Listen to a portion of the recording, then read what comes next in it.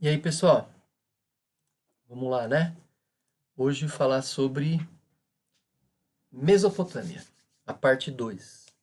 Então, vocês viram lá na parte um o significado da palavra, né? Meso, meio ou entre, e potos, potâmico, potamos, rio. Então, Mesopotâmia é uma terra entre rios. No caso, os rios Tigre e o Eufrates. Aí vocês viram que a antiga Mesopotâmia, hoje é o atual Iraque. Vocês viram também que aquela região é uma planície, em meio a tantas montanhas áridas, né? Uma planície fértil, com muita água por causa dos dois rios. E isso desperta o interesse de muitos povos. Sumérios, acádios, babilônios, né? Assírios. E, portanto, é uma região de muitos conflitos, mas também de muita riqueza cultural pela mistura, né, das culturas desses povos todos. E é isso que a gente vai ver na parte 2 de hoje. As questões culturais da, da, daquela época, dessa região. Então vamos lá. Olha lá.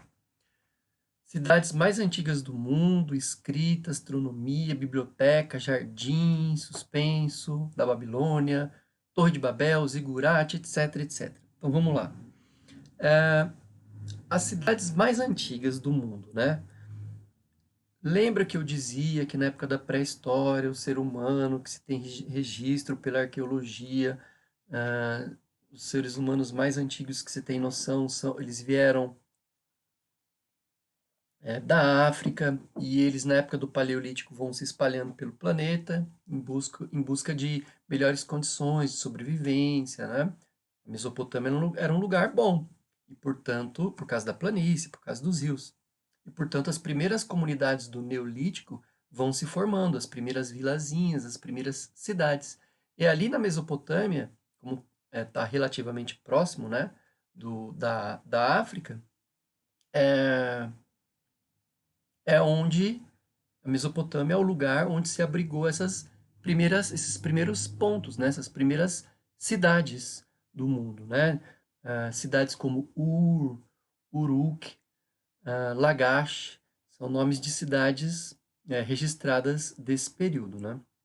Cidades mais antigas do mundo, junto com cidades do Egito e da região ali daquilo que a gente chama hoje de Oriente Médio, né?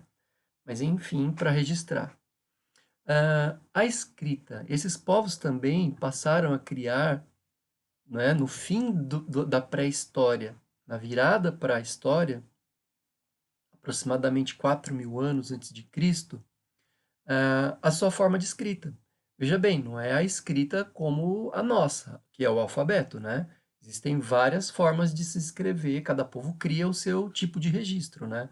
Então, no Egito, os hieroglifos, ah, na China, né, os ideogramas, entre os incas, entre os maias, né, várias formas de escritas diferentes entre si. Entre os nórdicos, né, se a gente for pensar no norte da Europa, as runas, enfim. No caso dos povos da Mesopotâmia, eles criaram a escrita cuneiforme. Eu vou colocar umas imagens no final para vocês enxergarem, né?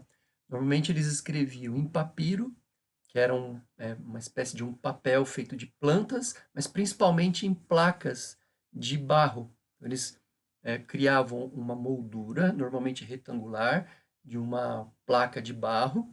Enquanto aquele barro ainda estava mole, eles pegavam uma espécie de uma cunha, eles pegavam uma espécie de uma cunha e pressionavam sobre o barro, formando as letras. Né? A hora que o barro secava, eles coziam, a hora que secava, ficava enrijecido e quem sabia ler conseguiria traduzir tudo o que estava ali. Claro que a maior parte das pessoas não sabia ler naquela época, né? Só uma pequena minoria de escribas, né? Os escribas tinham essa função do conhecimento, né? Da escrita, tanto para escrever quanto para ler, para traduzir. Isso faz a gente conectar aqui essa ideia da escrita cuneiforme, por exemplo, com a biblioteca de Nínive, né? Já volto na astronomia. Mas assim, a biblioteca de Nínive é uma cidade, né? Ela pode se chamar, então essa biblioteca pode ser chamada de biblioteca de Nínive ou de Assurbanipal, que era um rei, um patese que existiu naquela época. E ele era muito voltado para a questão da erudição, para a questão do conhecimento, e portanto esse patese ele investia, né, é, nessa lógica do conhecimento. E então ele constrói uma biblioteca na cidade de Nínive, a biblioteca de Nínive, e que possuía milhares de placas de argila, todas feitas com a escrita cuneiforme, principalmente na língua dos sumérios, dos acádios, né? Em que se registra nessas placas elementos relacionados à geografia, à matemática, à própria astronomia, né? Observação dos astros, se registra naquelas placas coisas relacionadas à medicina, à religião, a leis, a mitos, né, daquele povo. Enfim, a própria história, uma das histórias, se não a história mais antiga do mundo, que é a história de Gilgamesh, ou Gilgamesh, né, que a gente vai comentar daqui a pouco. Tudo isso feito em placas de argila, escrita por escribas na escrita cuneiforme. Então, quer dizer que saindo do paleolítico, saindo da pré-história, entrando para a Idade Antiga, já temos um salto cultural nesse sentido, né? A biblioteca de Nínive, ela foi encontrada por Alexandre, né, o Grande, e ele se inspirou nessa biblioteca, né, de Assurbanipal, e quis fazer uma para si, né, para o seu povo. Ele acabou falecendo, mas daí o seu sucessor, Ptolomeu, colocou em prática a famosa biblioteca da Alexandria, né? Tá, isso relacionado então à biblioteca e à escrita, né, que era a escrita cuneiforme. Em relação aos conhecimentos astronômicos, gente, todos os povos que a gente estuda da Idade Antiga, incas, maias, astecas, egípcios, chineses, nórdicos, gregos, romanos, babilônicos, etc., hindus, etc., etc., todos esses povos da Idade Antiga tinham uma necessidade muito grande de criar essa relação com o céu. Por quê? Porque é pela observação do céu que eles faziam cálculos, pela observação dos planetas, dos astros, né, das constelações, do Sol, da Lua, que eles criavam, que eles poderiam entender o funcionamento da natureza aqui no planeta, né? Porque, por exemplo, eles poderiam chegar à conclusão de que as estações do ano elas têm uma lógica com o funcionamento dos astros, não é? E por que é importante entender isso na vida prática das pessoas daquela época? Por um motivo muito simples: agricultura. Saber quando colher, saber quando plantar. Lembra que eles vivem necessariamente numa planície fértil da agricultura por causa dos rios. Então, a necessidade para essas cidades sobreviverem tem a ver com agricultura. E se você planta algo no momento errado, toda uma sociedade, toda uma cidade pode ficar comprometida. Então, através da observação dos astros, eles sabem quando vai chover, quando vai ter período de seca, de estiagem, de frio, de calor, e todos os segredos das plantas, né? Planta deve ser plantada em maio, em abril, na primavera, no outono, para ter um resultado positivo. E isso eles conectam com a ideia, da astronomia e o desenvolvimento da astronomia, o desenvolvimento da observação dos astros. Veja bem, isso não é uma exclusividade dos povos da Mesopotâmia, não é? Mas eles têm em si, eles carregam em si esse conhecimento registrado, importantíssimo para a sobrevivência, não é? Outra característica aí cultural desses povos são os jardins suspensos da Babilônia, uma das 7 maravilhas do mundo antigo, né? Assim, a gente não sabe ao certo se isso é mito, se isso é uma criação poética, a gente não sabe a forma, o formato que esses jardins suspensos tinham. Tudo que existe são especulações em torno do formato, em torno de onde e como foi construído e tal. Mas existem descrições, e é claro, os arqueólogos tentam encontrar esses jardins suspensos, né, na Babilônia. E normalmente, quando isso é descrito com muralhas, escadarias, torres e recheada de plantas, não é? E de flores raras. É descrito que existe um poço que bombeava a água até a parte de cima dessa espécie de torre, né? Que era um jardim suspenso. E a água ia escorrendo e abastecendo todas as plantas daquele jardim. Ahn, enfim, é mito, não é mito, é uma criação poética, não é. O que acontece é que tem se buscado informações sobre o assunto, e de qualquer forma, sendo um mito ou sendo uma verdade, traz uma riqueza cultural grandiosa para aqueles povos que viveram lá na cidade da Babilônia, né? Outro elemento também que a gente não sabe ao certo se é mito ou se é verdade, enfim, sempre existe esse debate, né? E a busca para tentar compreender, a busca para tentar comprovar a existência dessa torre e tal. Mas basicamente é assim, a historinha, né, dessa torre. Os homens passaram a construir uma torre com a intenção de tentar alcançar os deuses, né? Os deuses não gostaram, né? Entenderam isso como uma espécie de uma arrogância e derrubaram a cidade, né? Derrubaram a Torre de Babel. Então, a Torre de Babel, ela acaba sendo símbolo, muitas vezes, da arrogância humana. A gente pode interpretar dessa forma, né? Existe uma outra interpretação também que os descendentes de Noé, Noé é aquele indivíduo que está descrito na Bíblia, né, que construiu uma arca, né, na época do dilúvio, e tal.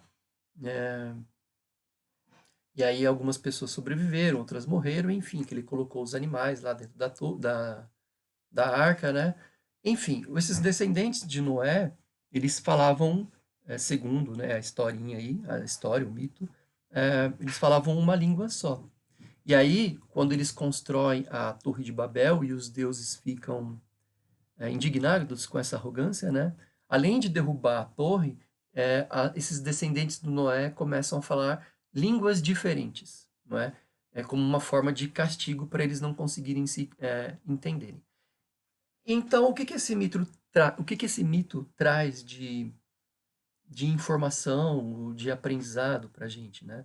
Traz que é a maneira com que aqueles povos da Mesopotâmia explicavam a origem de línguas diferentes, nesse caso. Tudo bem? A gente não sabe se é mito, se foi mais um zigurate, né, que existiu naquela época. E, aliás, quando eu falo zigurate, a gente tem que entender o que é um zigurate.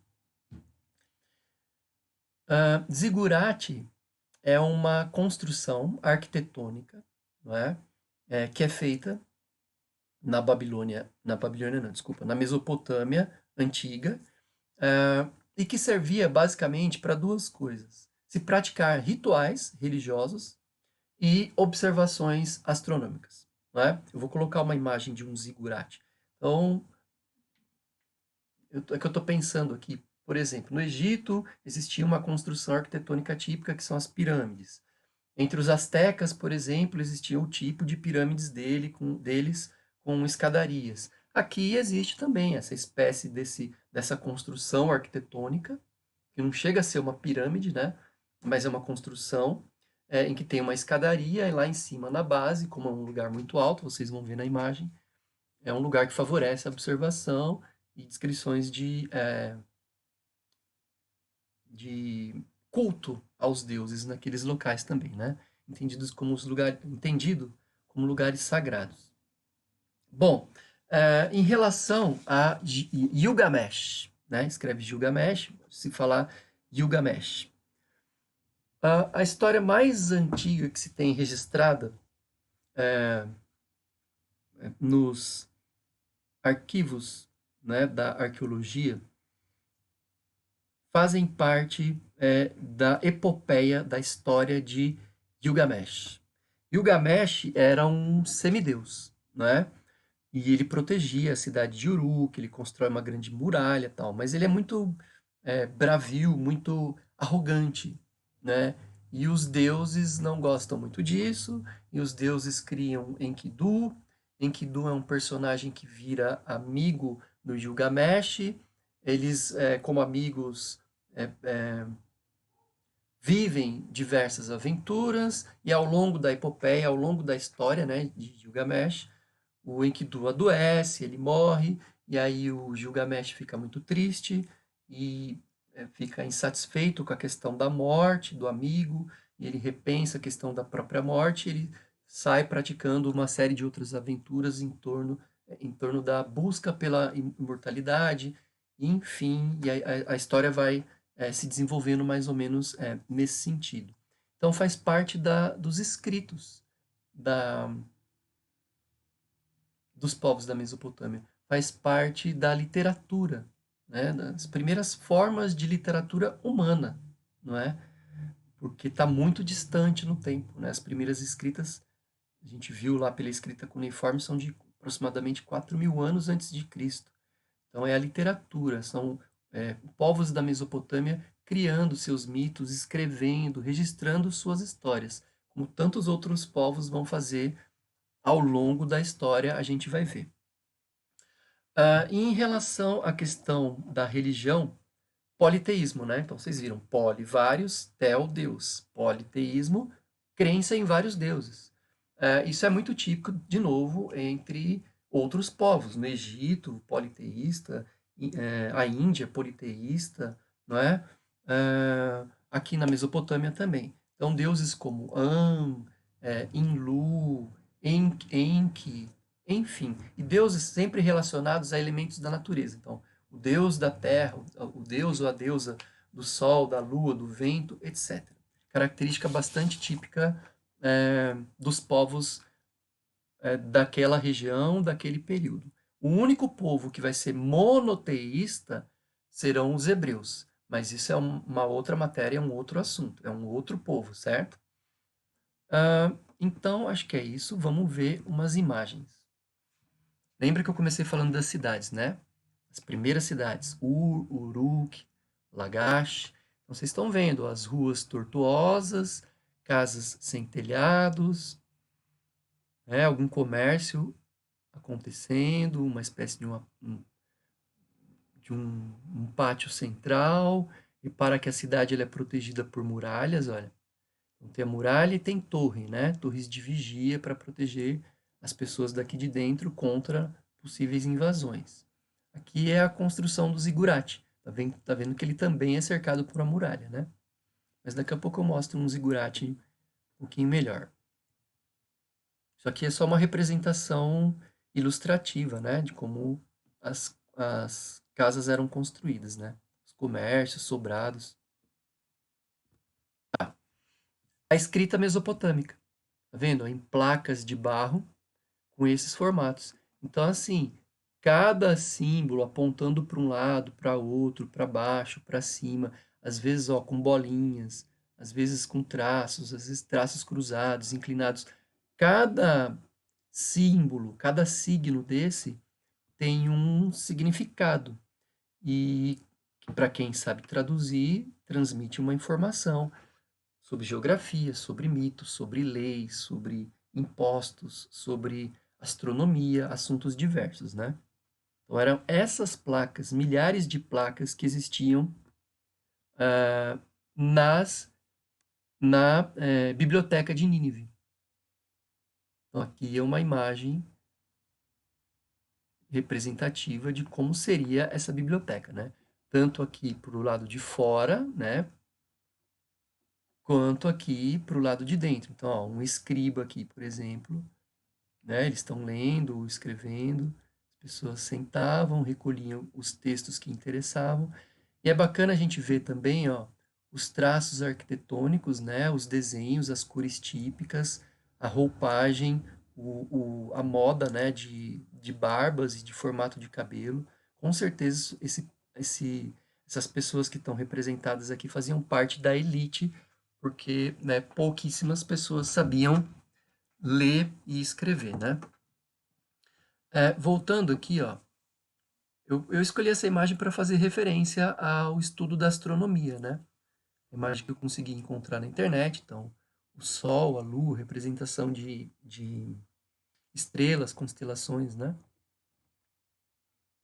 Uma figura real e duas pessoas, né, dialogando com esse rei e tal, porque está em cima do trono, enfim. Só para ilustrar a ideia do pensamento astronômico, né? Registrado inclusive em forma de obra de arte esculpida. Tá. Aqui, ó, uma imagem imaginária, como as pessoas imaginam, né? Como que as pessoas especulam sobre o formato dos jardins suspensos da Babilônia. Então, imagina, num lugar em que se conseguia criar uma espécie de bomba para levar a água até lá em cima e isso aqui depois ir escorrendo, né? Então, de novo, a arquitetura, as cores típicas, né? Muito azul, muito amarelo, representando deuses muitas vezes, olha, cachoeiras, cascatas, né? Com plantas riquíssimas de várias espécies, de vários locais, esculturas. Isso tudo muito imaginado, né? Porque a gente não encontra isso hoje em dia. Você não chega num lugar e fala, vou visitar o Jardim Suspenso da Babilônia. Não, é uma especulação. Aqui, a Torre de Babel. Né? Então, aquela historinha de que o ser humano queria construir algo para atingir aos deuses nos céus, e aí isso tudo foi destruído, tal, uma torre gigantesca em torno da cidadezinha, tal. Enfim, de novo, uma representação imaginada da, da Torre de Babel, que faz parte da cultura da Mesopotâmia. Aqui um zigurate, né? Zigurate, sim. Se você for viajar por Iraque, você consegue visitar esse lugar, por exemplo, né? Então, olha lá, um zigurate é essa construção arquitetônica, tem as escadarias, tá vendo as pessoas subindo, né, para fazer rituais religiosos e observações astronômicas, né? Tá aqui ele de verdade aqui numa foto, numa imagem. Bem bonito, né? Tá. Aqui é um livro, né? Tá em inglês, o épico de Gilgamesh, a história de Gilgamesh, né? Aqui está a representação do semideus e aqui mais uma placa, né, que foi encontrada contando essa historinha que foi traduzida para várias línguas, tal. Eu esqueci de comentar, gente, boa parte das placas que foram encontradas, ou que são, enfim, que foram encontradas, né, na região da Mesopotâmia, ficam no Museu Britânico, tá? Só uma informação aí. Caso vocês fiquem curiosos saber onde que está isso aqui tudo, né? Boa parte está no Museu Britânico, boa parte se perde por causa de guerras, né? Enfim. Tudo bem, gente? Espero que vocês tenham gostado das curiosidades todas aí, culturais da Mesopotâmia, tá bom? Valeu, para a gente não se alongar demais. Até a próxima. Brigadão. Tchau, tchau.